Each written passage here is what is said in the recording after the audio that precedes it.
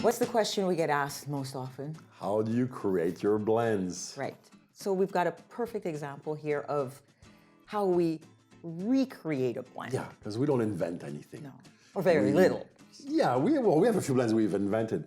The real work comes when we discovered this blend, the Silk Road blend, in the middle of Central Asia, in Kashgar. We walk in this market, and there's an amazing spice shop, and we start smelling and touching, and we want to talk to the man, but he's a Uyghur. He doesn't speak Chinese. Our daughter was with us. She speaks Chinese, but we have no common language.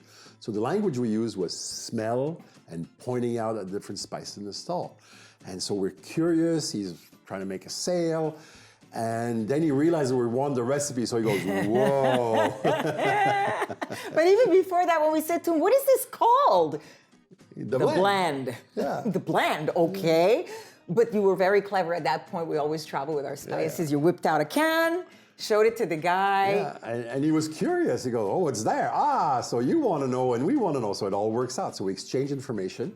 We teach him about the blend that he's interested in and the spices that he added, he could reproduce himself. And we had the same thing. So it was a good exchange. And finally, we went for supper, I think. We were invited to these people's house, and interestingly enough, everybody uses the blend. So we had a lovely rice and lamb dish. Yeah. There were dry fruits and nuts, and there was another, the pasta, the hand-pulled pasta. With chicken. Yeah, it was delicious. Those are the traditional dishes. Yeah. But we found that as we were trying to recreate this blend, we tested those recipes because we were looking for the memory of smell, we call it.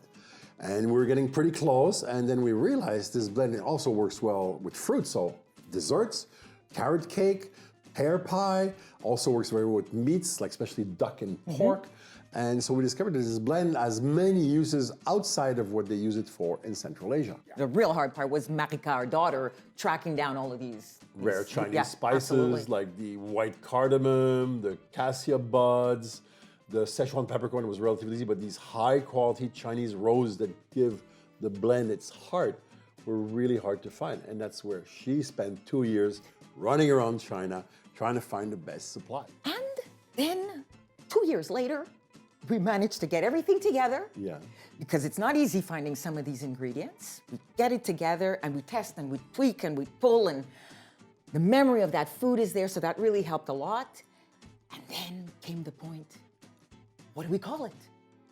Well, the blend is what they call it. Well, that was hardly going to work. Not a very good selling name, doesn't tell the story. And I don't remember who came up with it, but it was a wonderful idea, and it's called the Silk Road. The Silk Road. Because Kashgar is where the Silk Road meets the road from India and the road from Persia. And it's really spices from all these trade rates cultures that come into one blend. Yeah. There it is. The blend.